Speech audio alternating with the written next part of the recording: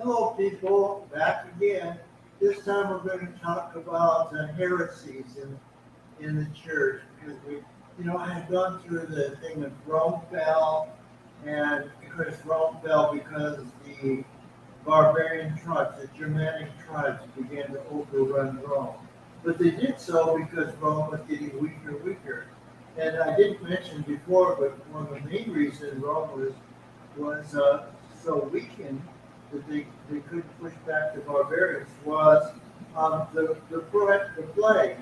They were devastated by the plague, and and so Rome fell gradually, but it fell.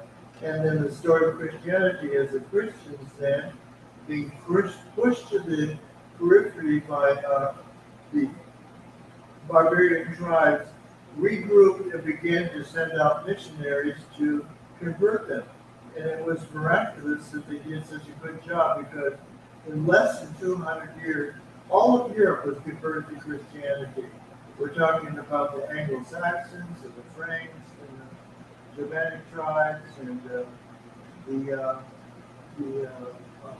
from Ireland, the Celtic tribes and so forth. And so they managed to convert them all.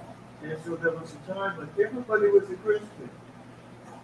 But then the church was also plagued by heresy. The first one being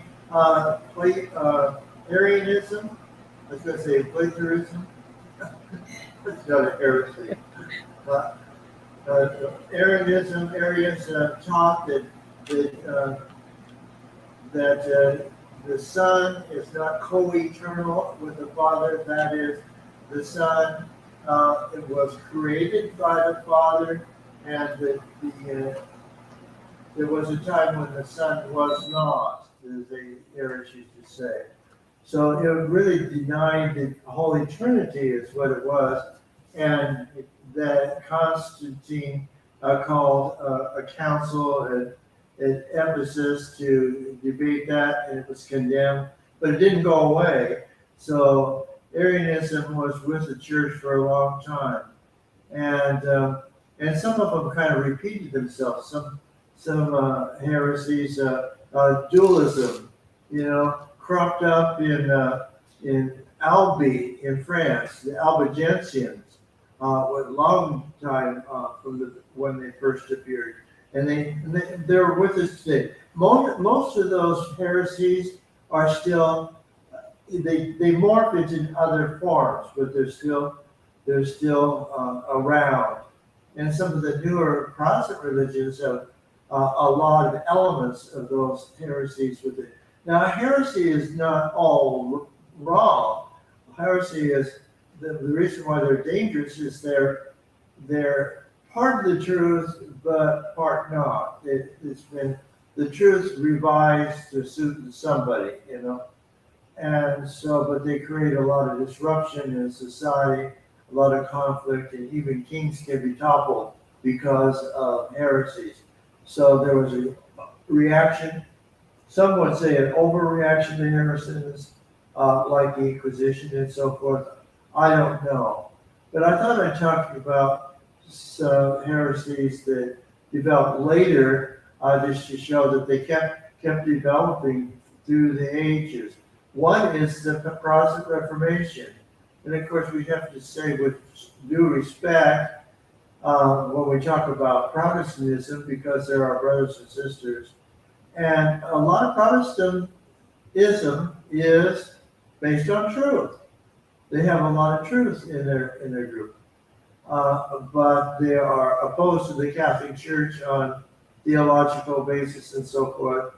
And Martin Luther, I want to tell you a little bit about Martin Luther because he had an interesting personality. He was obsessive compulsive, and he had a tendency to not be able to let go of anything. He was converted to being a monk. He was an Augustinian monk because he was caught in a terrible rainstorm with lots of lightning, and he panicked and he promised Saint Anne that he would become a monk. and join the Augustinians if he was saved from the lightning. And he was saved, so he did. He became an Augustinian. And the Augustinians knew that he had problems, but they continued to promote him. He was a smart man, did well, got a doctorate in theology, and actually in scripture. But when he was so obsessed, obsessive compulsive disorder, that he could not be convinced that his sins are forgiven. He'd go to confession, and he'd walk out of the confessional, turn around, and go back again. And the priest kept telling him, Christ died for your sins. You are forgiven. And he said he could not believe that he was forgiven in the sacrament of reconciliation. And that's part of the reason why when he had his Reformation, he did away with the sacrament of reconciliation and a lot of other sacraments too. And so what we have is a man who was obsessed, but there are a lot of people who wanted to follow him. And they've always puzzled that, why is it that you could tell people about anything and they will follow you. You see this in the political realm, that would give reasons. Just recently I saw on the news that this man who went after Paul Pelosi with a hammer, which was what's just a wrong thing to do, and Paul Pelosi was innocent victim, but then political mouthpieces are now saying it's connected with January 6th, and I'll say, where did they get all of that?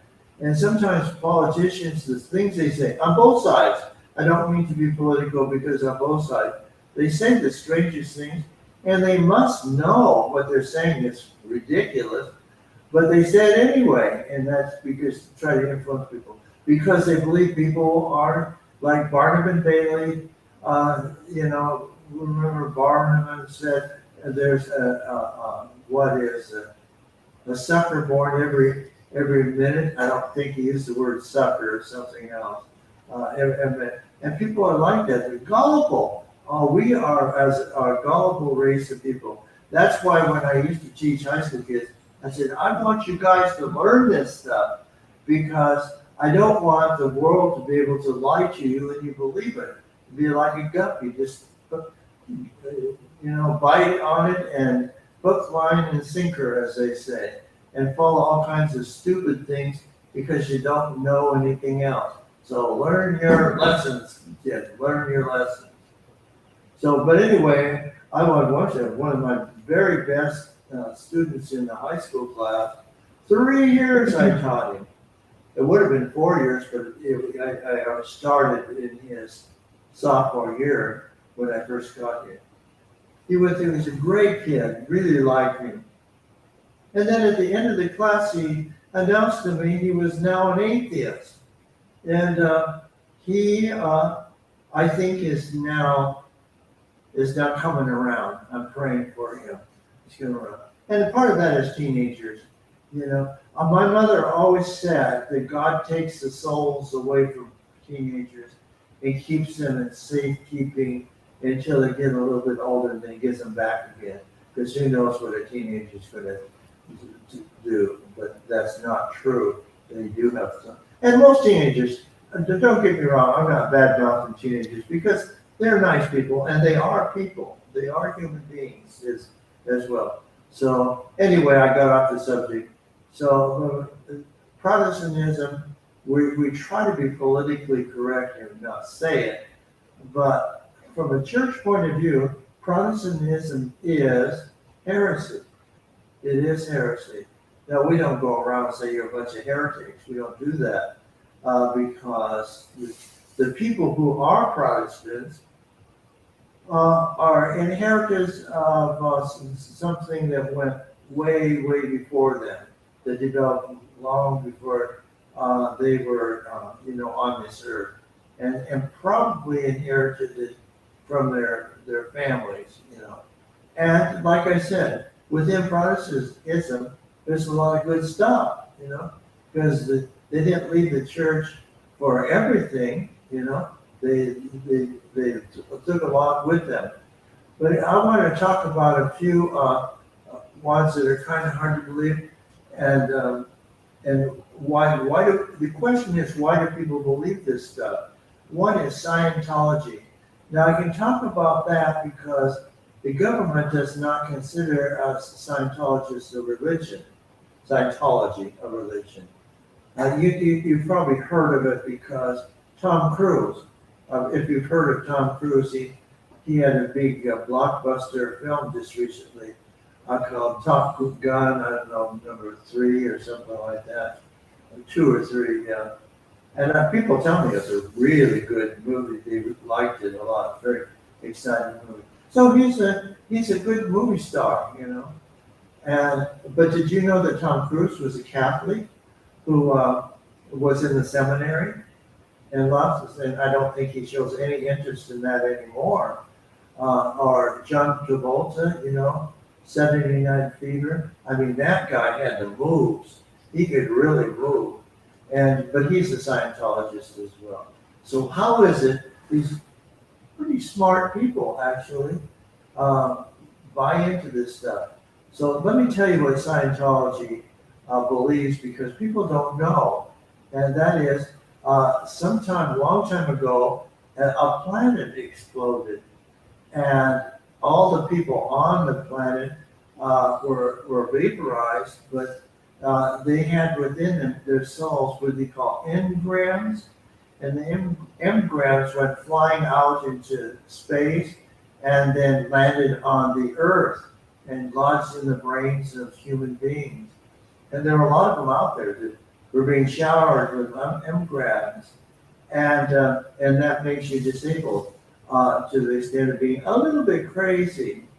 John Travolta played in the movie. I forget the name of the movie, but he was a very confused person, and then he went through science, cleared of all of that, and turned out to be almost a genius. And he would say, "Oh, now I see, it's clear to me." Well, that's part of Scientology terminology, is being cleared, and it's an in-group kind of conversational language. And so, but anyway, the way that you get rid of engrams, and it's kind of like it's undefined, but sort of like waves, but particles, but spiritual things like pieces of soul or something.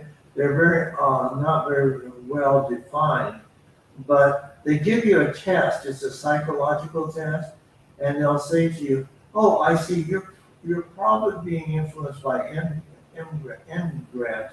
So we'll put you through more tests." And they have a machine, and the machine is a converted lie detector, and so they put you put it in your hands, kind of cylinders, like tin cans, 2 cylinders. And you know how a lie detector machine works is when you tell a falsehood, your hands sweat and your feet sweat too, and you can't help it, you do. And so you put those down, and so you conduct electricity when there's that moisture there. It doesn't shock you. It's not painful or anything like that. But you put those on me, and then they ask you some questions and everything, and then it registers. The meter goes way up on the engram machine, and that's, "Oh, you really are loaded with engrams." And so the way to get out of that is you take courses, and you learn to get your mind cleared by learning the teachings of Scientology. And what happens is that you have to pay a considerable amount of money for these courses. And then once you've taken a few, then you become a bit of an expert, and you get paid to teach courses yourself. And so it's sort of like a pyramid scheme, because they get the people who have engrams to then take these courses, and then they charge for the courses, but they also get free labor in terms of teaching it.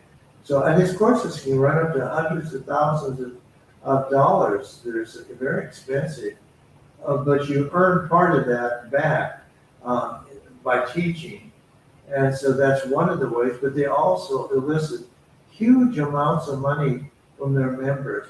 They like to recruit celebrities and people with wealth, and depend on their income from them to build up an empire of enormous wealth. Now, L.J. Hubbard is the one that's Ron L. Hubbard is the founder of that. Now, Ron L. Hubbard had been living on a yacht offshore for years and years and years because he was wanted for income tax evasion, because he was saying he had this religion. He famously said, if you want to make a lot of money, start a religion. It's more successful and you can make more money than starting a business. And so it's very obvious that this religion is a money-making deal for him. And that's why I think I can talk about it, because the government doesn't. I work for the government, but the government does not consider that a religion. They would consider it a scam. And he never did pay his income taxes. He there's not a lot of it said against him, except he thought that he had a religion and therefore he didn't owe the taxes. And so, but fortunately, he made a lot of money so he could afford the yacht to live on anyway. I don't think he's living anymore. I think he must have died, but I don't really know. And so that's one religion. Another one is it is a religion, but people don't call it that. Is the Masons, and I wanted to talk about the Masons because there's a rumor that was going around that it's okay to join the Masons. And that is absolutely not true. Every pope since the founding of the Masons has condemned it, and for good reason. And a lot of the distraction is Masons do a lot of good too. And one particular type of Mason is they have these degrees that they go through to establish themselves. A very high degree is called Shriners. I think people have heard of the Shriners. They're a type of Mason. It was founded by a circus clown, and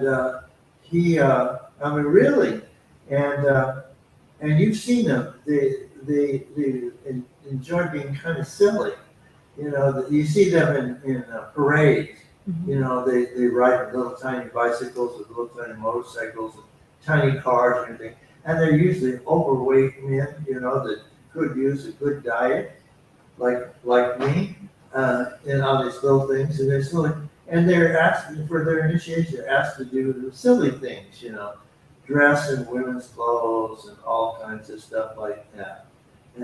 But their project is the Shriners Hospitals, and the Shriners Hospitals do a lot of good. And the reason why they ride these things in parades and stuff is to raise money for the Shriners. So people get confused. They do a lot of good, but the church condemns them. So why? So let me explain that, because the church is not against the good they do, but folks can do good by joining other organizations that are not objectionable. But anyway, they believe in Father, the holiness of the Father, and what is it called? The Son. We're all men are brothers. It's called fog bomb. Fog bomb is the Father. I don't know what the initials say. And bomb means brotherhood of men. So fog bomb. And then they also believe in doing good works. So they believe in the the importance of God the Father, that all men are brothers and they believe in good works. Well, what's the problem with that, Catholic Church? There's nothing wrong with that. But it's based on what came out of the Enlightenment, which was an atheist thing. So it's a natural religion. There is God the Father, and they require that everybody believe in God, but they don't require that everybody believe in the Son or the Trinity.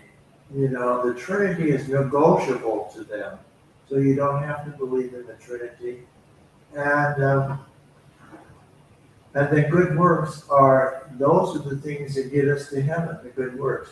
Well, the Protestant Reformation, that's the one thing Luther was really strict about, is you can't work our way to heaven, And yet the Masons, now it was started by a group of Protestant ministers, and it was based on the old Middle Ages guild of the Masons, the Masons Guild. And the Masons, of course, had a lot of signals and secret handshakes and stuff to identify themselves to each other, because they weren't like the local guild members who were like the weavers and the butchers and all of those other guilds. They were local. But the Masons, the stonemasons, and builders of cathedrals and all, were itinerant. They went to where the work was. And so they had to have a way of knowing who was legitimately a Mason. You couldn't ask somebody to build a cathedral and take the risk that it come crashing down. You had to get the right people. And so they based their lodge, it's a fraternity, on these signals that you give. And so they have a lot of secret handshakes and passwords and stuff like that. That in itself is a secret organization. Now, I can say that most people know what the secret words and handshakes are, because the Masons are not very good at keeping it secret. So everybody knows about it. But the thing is that we are saved by Christ, and yes, good works can give us rewards in heaven, but it doesn't save us. And so doing good works in that sense is not going to get us into heaven just on that alone. You have to believe in God, you have to believe in Christ, you have to understand that salvation comes from Jesus on the cross and things like that. The basics of Christianity that all Catholics and Protestants together believe. And so, but that's just the beginning of the objection, because they're also a sworn enemy of the Catholic Church. You see this in the Italian Revolution. What is his name? Garibaldi or something like that. He was a Mason. Or you see that in the French Revolution, they were all Masons. And, well, for that matter, in the American government, I think every Protestant, except for a few, have been Masons as well. But they swore blood oaths. And if they swore that if they told anybody what the secrets were, that it could be, they would make a signal like this, as if cutting their throats and so forth. Well, the church is opposed to that kind of violence, I don't know that any Mason's ever been killed because of telling secrets or anything, but that kind of swearing in itself is serious business in terms of protecting other members, because they're swear to not to betray their members. So a member is accused of a crime and they happen to be on a jury. They are allowed to lie on the Jew. So they put their hand on the Bible and swear the truth, tell the truth, nothing but the truth, so help me God, and then they lie. So, it's one oath up against another oath. It's that kind of stuff. And there have been issues of people being hurt because the Masons had objections to certain people. And they supported, for example, the revolution in Mexico. The Mexican government was all Masons, and they decided they were going to destroy the Catholic Church. And they did. They took priests out and murdered them. They burnt down churches. And the Masons in the United States sent millions of dollars to support that cause because they too wanted the Catholic Church destroyed. And so on the surface, they look like a nice, friendly group. And nowadays, I would suppose that most Masons are decent people, They maybe don't even know the history of the Masonic temple and so forth, but on higher levels than these things happen in terms of anti-Catholicism. So the Catholic Church, knowing that they are endangered by this group, encouraged Catholic men to not join, and that's why the church has what we call the Knights of Columbus. Now, Columbus doesn't have a good name in some quarters too, although most of what is said against Columbus is untrue. Nonetheless, it's an idea that Father Michael McGivney in the 1800s established this fraternity for Catholic men who were tempted to join the Masons. And of course, I'm a Mason. I'm not a Mason. Sorry, excuse me, Mama. I'm a Knight of Columbus, and we don't take oaths.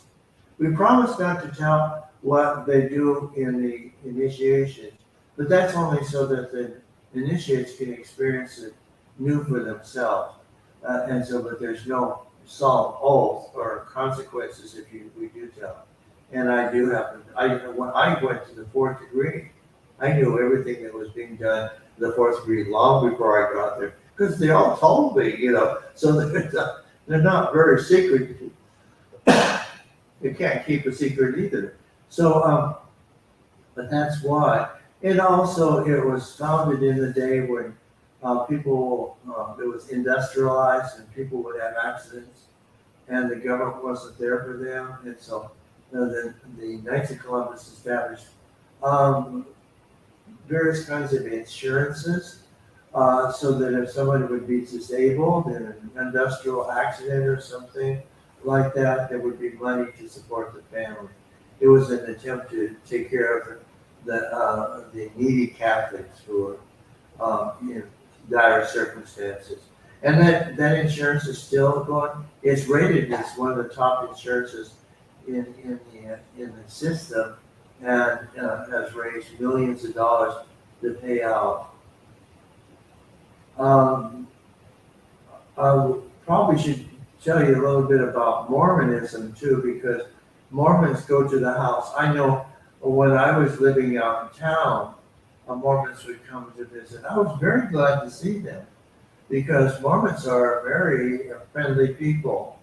Very nice people. It's part of their culture to be nice, and they generally are nice. So, but the thing is, there are some things about what they believe is kind of a problem with the Catholic Church.